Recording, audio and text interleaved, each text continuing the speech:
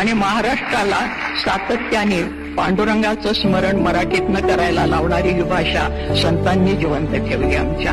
आणि आमच्या या संतांच्या मध्ये मुद्दाम आवर्जून सांगते की मराठी साहित्याचा उगम कुठे झाला, अमुक साली शाळा निघाली आणि माणसं शिकायला लागली, हे आमचं आधुनिक पांडित्य झालं.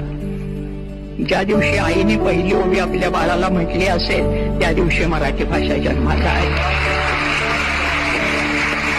कांदा मुळा भाजी अवघी विठाबाई माझी, लसूण मिरची कोथिंबिरी अवघा झाला माझा हरी, असं म्हणणारा आमचा सावतामाळी त्यांनी ही भाषा जिवंत ठेवलेली आहे. आणि या मराठी भाषेला अभिजात दर्जा मिळालाय. या सगळ्यांना मिळून हे अभिजातपण आलेलं आहे. या संतांच्या मध्ये अंत्यज म्हणजे ज्याला आज आपण बीसी आणि ओबीसी वगैरे म्हणतो, ही सगळी मंडळी त्याचे परमभक्त आहेत.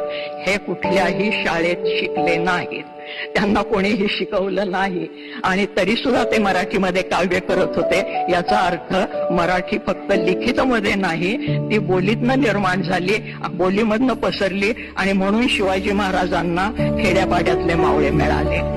भाषा ही जिवंत राहिली त्यांच्यामुळे. आणि भाषा हे संस्कृतीचं बलस्थान असतं. कुठलीही भाषा ही जोडणारी गोष्ट असायला पाहिजे, तोडणारी नाही.